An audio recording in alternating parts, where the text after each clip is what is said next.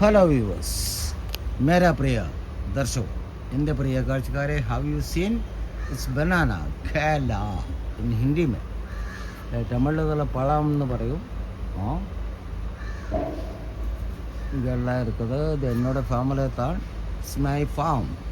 My dearest one is here. He will tell you how is.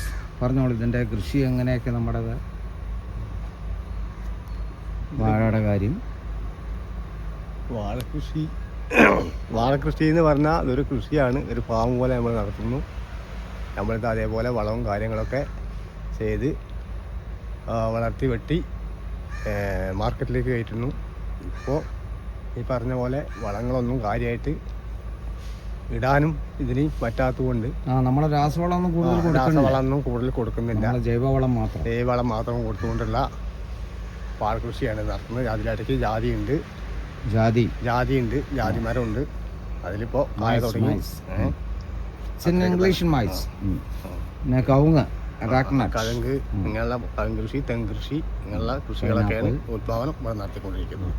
സമ്മിശ്ര കൃഷിയാണ് നടത്തിക്കൊണ്ടിരിക്കുന്നത്. ഇത് ഹീസ് ജോയു, നൈമീസ്, നിങ്ങളുടെ പേര് ജോയു. നമ്മുടെ വേണ്ടപ്പെട്ട എനിക്കെല്ലാം സഹായം ചെയ്തു തരുന്നൊരു വ്യക്തിയാണ് ഇദ്ദേഹം.